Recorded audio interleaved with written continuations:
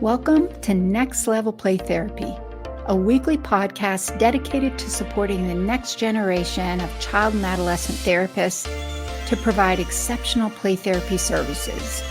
We'll explore all things play therapy to elevate your work with children and adolescents using the therapeutic powers of play.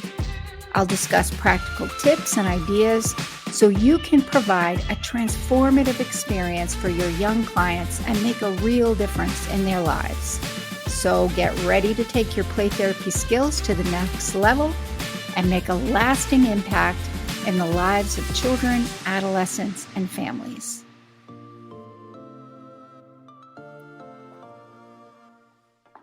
Hey there, good morning. Today I want to talk about bias in play therapy.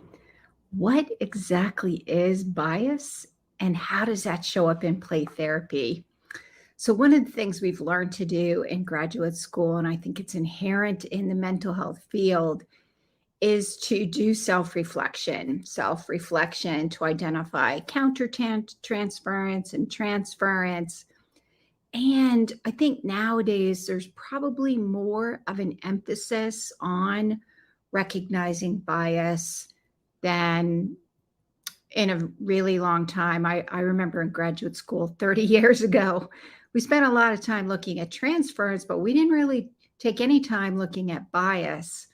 And we did that in our cultural competency classes. So we did that, but outside of graduate school and typically in the field, there wasn't a whole lot of looking at bias, not like I think we do today, which I think is awesome. So what is bias and how does it show up in the playroom? That's what I want to talk about today. So if you're joining me, I'd love to know who's here. Go ahead and post your name in the comments.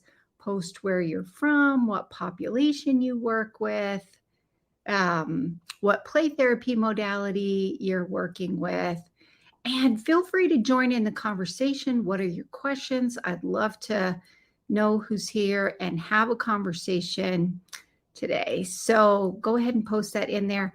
So I'm Cathi Spooner. I'm a licensed clinical social worker and a registered play therapist supervisor here in the United States, and I've been in the mental health field working with children, adolescents, and families since 1990. So that's when I started graduate school. I worked in the field as a residential staff in an adolescent residential program a really long time ago. And then in special ed, working with children with emotional problems as a special education teacher of emotionally disturbed students back in the 1980s, which is where I was first introduced to play therapy by our school psychologist and school social worker. So I go live every week on Wednesdays at 7 a.m. Pacific time. I live stream into my private Facebook group, Play and Expressive Arts Therapy Playground. Oh my goodness, my dog is scratching at the door. I don't know if you guys can hear her on the video. I have the door closed and my husband's here, so I don't know why she's scratching at the door, other than she's aware he's probably going to work soon. So anyways, if you hear some weird scratching in the background, that is my dog Lily, and the likelihood our other dog, Luna, is standing right behind her, encouraging her to scratch at the door until mom opens the door is pretty darn high. Anyways, I'm not going to let her in because if I let her in, she's immediately going to want to right back out. So those of you who have dogs absolutely know what I'm talking about. So I do live stream into my Facebook group. If you're a mental health professional working with children and adolescents using play therapy and expressive arts, and you're on Facebook, feel free to hop over there and join the group. You do have to answer all the questions. There are several questions that are required to be answered first in order to get into the group. I also live stream into Instagram. I live stream into LinkedIn and also on YouTube. If you're interested in any of the replays, it's probably easiest to find them on my YouTube channel. If you're in my Facebook group, they're in the featured section. I pin them all in there. And lately, in the last few weeks, I've been talking about play therapy foundations. What are the foundations of play therapy that set play therapy apart from other treatment modalities? And I've been talking a lot about clinical decision making and case conceptualization. These are all really foundational to mental health, and they're foundational in play therapy. What I found, though, is we don't really talk a lot about these in play therapy. And what happens that I've noticed over the last 15 years, providing play therapy supervision to the next generation of play therapists, is that these are core foundational components of providing really quality play therapy services that I decided, well, we don't really talk about them much. So it's probably, I at least think it would be beneficial to, oh, I think my husband let my dog Lily in. There she comes. Yep. And just as I said, she's walked right back out the door. Anyways, where was I? Talking about play therapy foundations.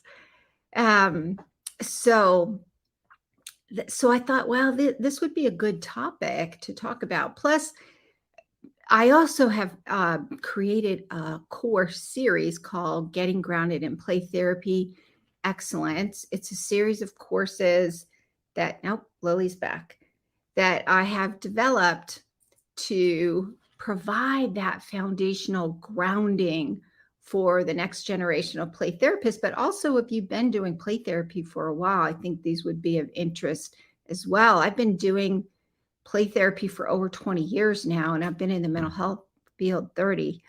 I dug into a lot of the research, which is part of what I'm going to go in today. I found it really interesting. I learned a lot of things I didn't really know before. So you might find it interesting as well. So Facebook user from Ann Arbor, Michigan is here. So welcome. And I'm curious, Facebook user from, I'm going to have to go on my Facebook group and see who you are.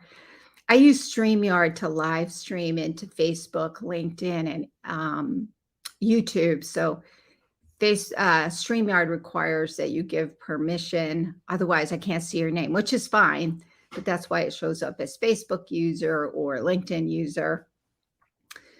So I created these courses that I've already got one out, which is Getting Grounded in Play Therapy Foundations, like what sets play therapy apart from other expressive arts modalities. What are the core competencies? This is really the grounding in play therapy, the history, the roots of play therapy. And I think this one is kind of important because it not only helps us understand what sets play therapy apart, it also helps us understand and develop that professional identity in play therapy. And so the next course that I have coming out is Getting Grounded in Play Therapy Case Conceptualization and clinical, which includes clinical decision making. That's the one I've been doing a lot of research on, which is where a lot of the information for today's live stream comes from. And that's what I want to talk about today. After that, the next course that's coming up is Getting Grounded in Play Therapy Treatment Plans. That question comes up a lot. After that is Getting Grounded in Play Therapy Progress Notes, and then Getting Grounded in Integrating Parents in the Play Therapy Process. So that's the whole series that I'm in the process of creating and using those in my supervision program, Play Therapy Academy. If you're not in Play Therapy Academy, then these are also available outside of that. But today, talking about bias, which has come from the research that I've done as I created Getting Grounded in Play Therapy Case Conceptualization, I thought it was an important topic that we talk about because like I said, it's not one that's talked about often. So what is bias?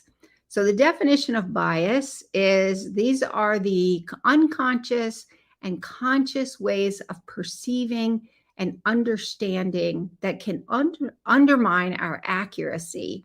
So we all have biases, just like we're all kind of trained to look at and identify transference and countertransference. These a lot of times are countertransference is what gets activated in us.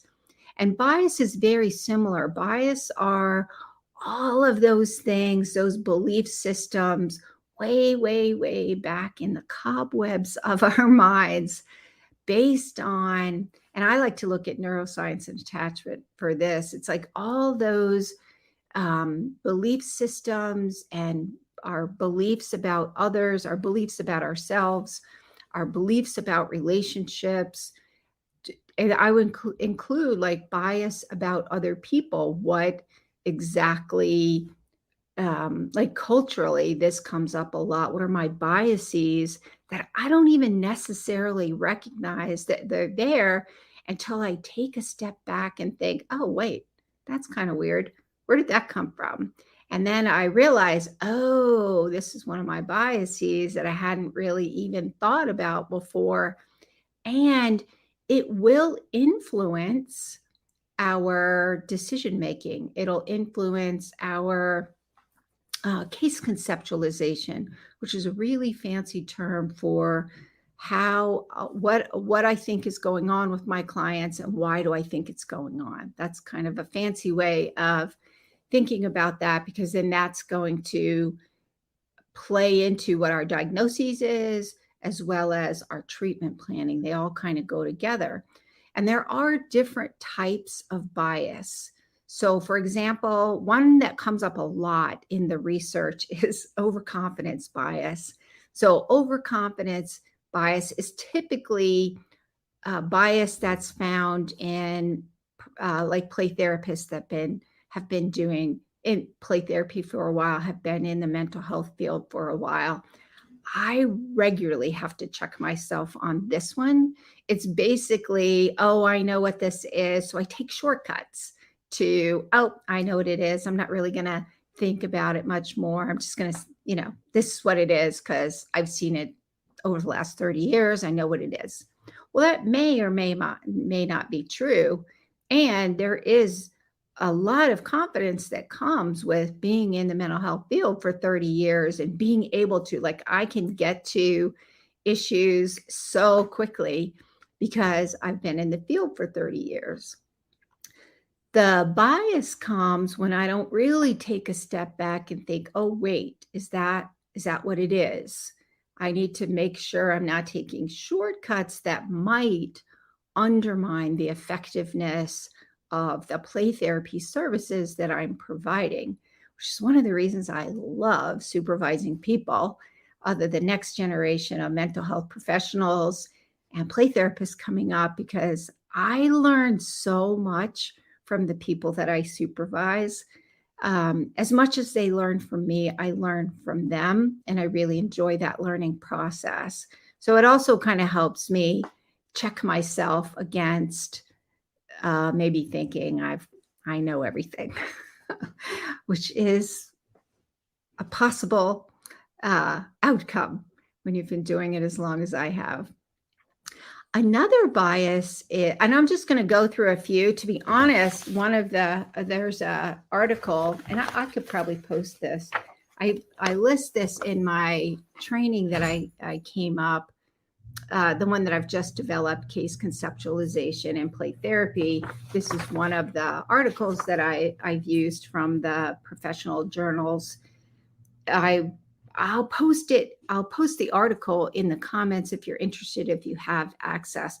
But this one is called Cognitive Biases, Heuristics, and Logical Fallacies in Clinical Practice, a field guide for practicing clinicians and supervisors. So I think it's good as supervisors for us to know these as well, so that we can look at them and explore them with our supervisees. But that being said, it also had a ton of different kinds of biases that who even knew these existed. So one of the ones that I wanted to read to you, so there's this term called heuristics. So the heuristics is a really fancy term that means this is from Wikipedia definition. In psychology, heuristics are simple, efficient rules, either learned or inculcated by evolutionary processes. These psychological heuristics have been proposed to explain how people make decisions, come to judgments, and solve problems. These rules typically come into play when people face complex problems or incomplete information. So basically, it's our kind of our shortcut to making decisions, which all of us do. And when you've been in the field for 30 years, like I can get there pretty quickly. But the problem is if I'm not aware of overconfidence bias, then I may make mistakes that will influence the outcomes I can get for my clients. So another definition would be representative heuristics. And I'm going to read a quote from the article. It says, like all heuristics, representativeness is often accurate. Imagine a psychologist conducting an initial assessment on a 22-year-old man at an outpatient facility. The patient exhibits flat affect and endorses a loss of interest and feelings of worthlessness. If the psychologist were to posit that the patient was similar to almost all depressed patients she's seen and is likely to meet criteria for major depressive disorder, she would probably be correct. Nevertheless, using the same example, and this to me is the key part, if the psychologist did not assess mania or hypomania symptoms because the patient's presentation was similar to the psychologist's prototype of depressed individual, she may have missed important diagnostic information owing in part to the representative heuristics. So, and that's to me one of the key things, and I see this a lot. I see it with experienced as well as inexperienced. I think this is a bias that we're all prone to, that we take shortcuts and we don't necessarily do our due diligence all the way through the process. So let's take ADHD in play therapy. If you're working in play therapy, the likelihood you have encountered children who are impulsive, who get emotionally dysregulated, who can be argumentative, can have meltdowns on a regular basis. The likelihood these children are on your caseload is pretty darn high.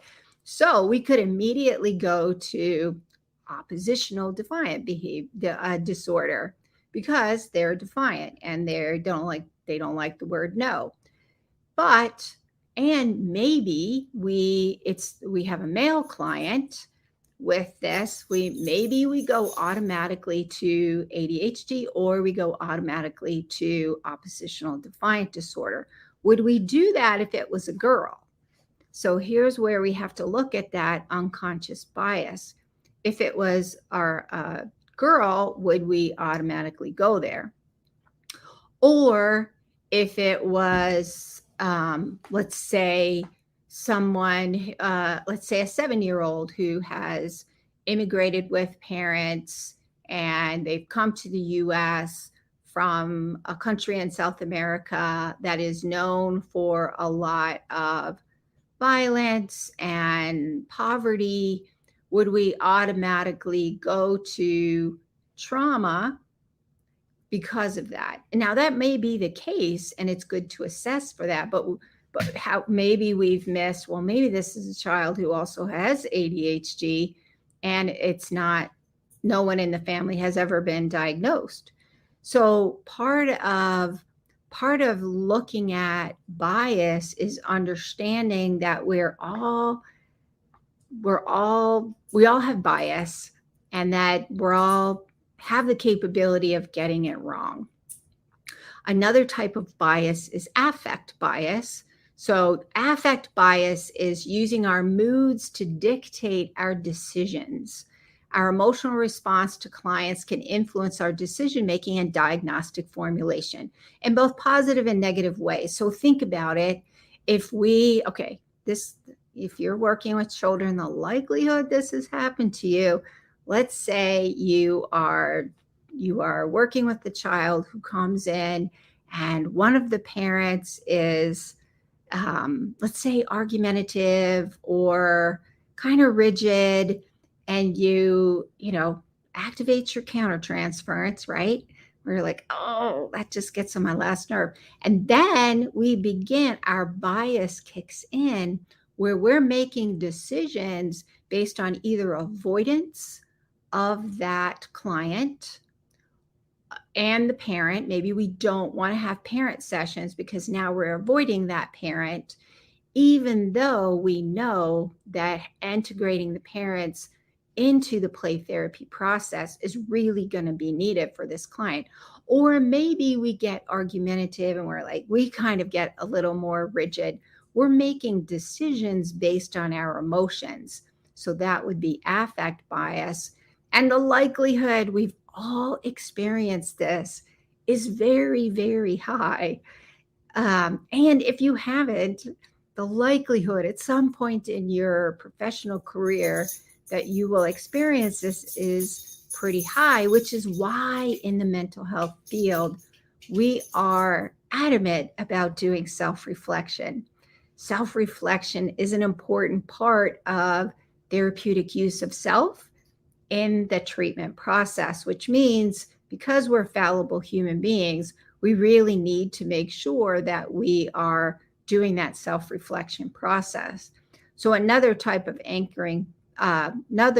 bias would be anchoring bias, which means I place too much weight on one aspect or trait of a client's. And sometimes you may see this in the words that we use to describe our clients. Like, for instance, if we call somebody, she's borderline, we do that all the time. And is that an indication of potential anchoring bias? Meaning, because I'm now viewing my client as borderline, I haven't necessarily gone through the process. And I would say even parent, because with children, we're not going to diagnose them with borderline, but maybe we would diagnose their parent that way. And then that influences our decision-making about what's needed in the play therapy process. Or we say, oh, the client refused. That is one of my pet peeve words. I'm not going to lie. Here's why. Because I do think it is full of bias in it. If they refused, if I dig deeper, why did they refuse? And when I was doing a lot of supervision, I wouldn't, and I probably do it now too. I'm sure I do. When I have access to people's progress notes, the people that I'm supervising, if I have the authority to say, oh, you got to take that word out, I will. I won't let them use that word. They declined, but I'll say client declined. Declined is not anywhere near as anchoring in emotion or bias that refused is. Refused makes somebody sound oppositional or argumentative, and they might be. But if we look deeper, why are they that way? What's going on that activated that oppositional behavior? What's going on that they're refusing the way that they're refusing? This is why we want to look at bias in the way that we think about what's going on with their clients and how we use that information to inform our diagnoses and our case conceptualization, which is then going to influence our treatment planning. So that brings me to, why does bias matter? For all the reason I just said, it negatively influences our decision making. It negatively influences the way in which we think about what is going on with our clients and why is it happening. So the thing that's important to keep in mind is biases are mostly unconscious beliefs that come from somewhere in our childhood, our experiences. They can be based on race, culture, and gender. And we know that even research, this is something that's been discussed over and over, even research can be fraught with these types of biases. We've talked about over, honestly, I've been in the field 30 years. This goes back to even when I was teaching in special education, talking about bias in the assessment instruments that are used in the psychotherapy mental health arena, looking at bias in the assessments that we use based on race, gender, and culture. So these are all important things to keep in mind, and we need to be aware of them and constantly kind of assessing in ourselves if that's going on. So the third thing that I wanted to talk about today is so we know what bias is. We know why bias matters in play therapy. So what do we do? To really, first and foremost, we're all human. We all have bias, positive, negative, whatever it is. We have bias. This is radical acceptance. We all have bias. What we don't want to do is to get into kind of blaming or shaming ourselves. What we want to do is just non-judgmentally reflect, where did that come from? And I think this is something that's important for all of us to do, to be honest.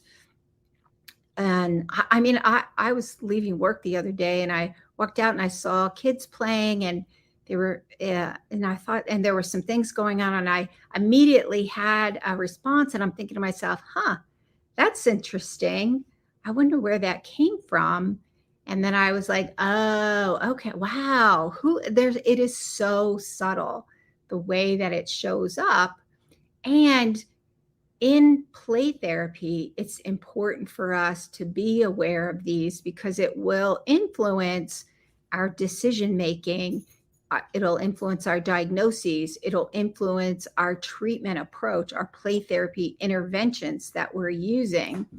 And so we want to recognize that we're all fallible human beings and we're all prone to bias. First and foremost, radical acceptance. That's the deal. And from an ethical standpoint, it is our responsibility as mental health professionals, because of the influence that we have in the lives of our clients, it is our responsibility to do this self-reflection process, to identify any potential bias that can negatively impact the outcome of our clients. So here's the thing, though, like, I've been doing this 30 years. There are days I think to myself, I don't want to self-reflect anymore. I'm tired. I wish I could be in a profession where I could be free to be a butthead. Not really, but sometimes I feel that way because I just get tired of self-reflecting as often as I self-reflect. Maybe some of you do not self-reflect as much as I do, but I feel like I'm constantly self-reflecting. And so, I mean, we have to show self-compassion for ourselves and recognize, okay, we're not going to be perfect all of the time, and look and see what happens. I feel like as long as we build that strong therapeutic rapport with our clients, that will balance out any ways in which some of our imperfections show up. And then we just do that repair work with our clients if we need to. If not, we recognize, oh, okay, good, I caught that before anything happened. Awesome. In order to do that, we have to non-judgmentally allow ourselves to explore our belief systems. I call this going into the shadow, to use a little bit of Jungian analogy or metaphor there. Going into the shadow takes courage and it takes self-compassion. So use some self-compassion when you're doing this work. I like to look at it as helping myself to achieve my inner Gandalf or my inner Yoda, where I become wise like Yoda, wise like Gandalf, in order to benefit my clients and benefit the people that I supervise and help them to become their highest versions of themselves. And honestly, that is what I do believe. I kind of make fun of it a little bit, but it is my core belief that does help me to stay into this work and do this work, because it is not for the faint of heart to be in the mental health field and to work with children, adolescents, and their families to help them achieve healing. It's a calling. I do believe this is a calling that we feel, because it does require a lot of deep reflection in the work that we do. I think it also requires that we become lifelong learners and we use research to inform our understanding of the issues. And like I said, we also have to be aware that research can have bias as well. But it is important to look at the research to kind of help us understand and challenge our belief systems when they need to be challenged. And in our efforts to do this, the benefit is that we can provide really high quality play therapy services to our clients, that we can help them engage in the change process in a way that is meaningful to them. And that's the key distinction. It's meaningful to them, because sometimes our belief systems and our clients' belief systems will not always match up. And that's where that right to self-determination comes in. And we have to recognize that and understand that in order to help them find meaning and healing in their lives. So just a recap, bias, the definition of bias is a part of everyone. We're often unaware of our biases. Bias is belief systems and ways of thinking that are unconscious, and they probably got there through somewhere along in our experiences in our childhood and growing up in different relationships that we've had. They've come from somewhere. And our job is to look at them and be willing to explore them. Why does bias matter? Because it can negatively influence, my mouth's not working. It can negatively impact our clinical decision making and our case conceptualization, including our diagnostic formation. So meaning bias can influence our diagnoses. And the reason that is important, I know there's a lot of differing opinions on diagnosing. I personally believe that accurate diagnosis, the DSM, can be useful if we use it effectively. It is not the end all be all. And diagnosis does help us figure out what the roots of the problem are, so that when we do our treatment planning and figure out what we want to focus on in treatment, that it'll be more accurate. Bias can influence accurate diagnosis, which will then influence effective treatment planning. So that's why we want to be aware. That's why bias matters. And then thirdly, how do we address bias? First and foremost, come to terms with the fact that we are all fallible human beings. We all make mistakes. We all get it wrong. Nobody ever does it perfectly. And that come to terms, come to self-acceptance with that.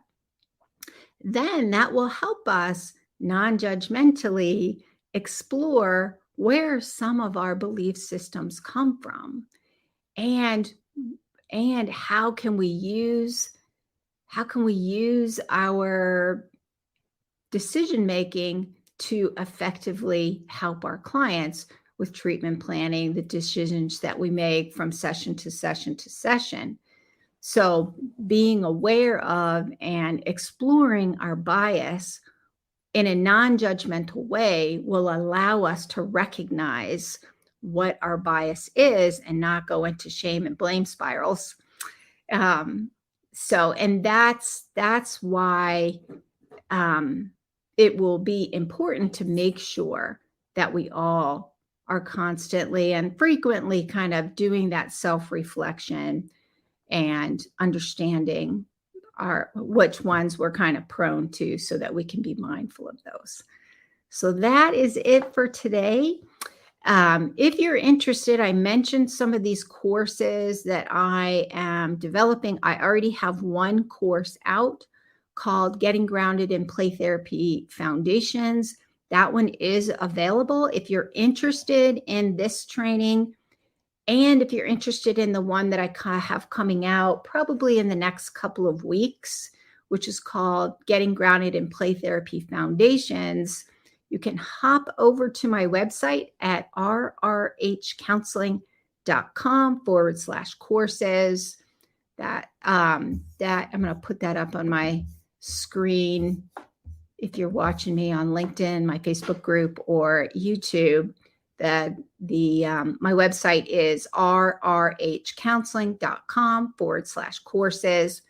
You can already find the Getting Grounded in Play Therapy Foundations. That one's available now. It's a self-paced course that you can take in your time zone when it's convenient for you. This is one of the foundational requirements for becoming a registered play therapist. Not necessarily my course, but Play Therapy Foundations is a required course to becoming a registered play therapist. So that one's available now. If you're interested in becoming part of my Play Therapy Academy is my online supervision program in which we meet twice a month for group meetings. So you get not only my 30 years of experience in child and adolescent mental health, you get the collective wisdom of all the amazing and brilliant play therapists in the group. So we share ideas, we staff cases, we recognize themes in the play therapy process. I call it being super nerdy, which I love to be super nerdy. We'll do case presentations in the group. And then also these Getting Grounded in Play Therapy Excellence courses, they're all going to be inside of Play Therapy Academy. So these are all in the Play Therapy Academy program. If you're not in Play Therapy Academy and it's not what you need, the courses are also going to be available outside, kind of like a la carte. You can get whichever ones you need. If you're interested in Play Therapy Academy, then you can pop over to my website, again, rrhcounseling.com, go onto the supervision page. You can book a free 30-minute video call with me to talk about Play Therapy Academy. Make sure it's a good fit for you. I will post in the links on LinkedIn and in my Facebook group. I'll post the link in there for the Getting Grounded in Play Therapy Foundations. I'll also post a link in there to schedule a 30-minute video call with me for Play Therapy Academy. If you're watching on Instagram, just pop over there to my bio. You can click on the link in my bio. It'll take you over to my website, and you can see the course, the link for the course, and you can also schedule a free video call with me. All right, I will see you next week. Bye for now.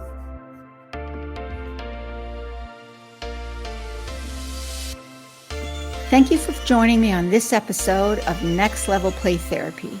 I hope you found the discussion valuable and gained new insights and ideas to support your work helping children, adolescents, and families heal.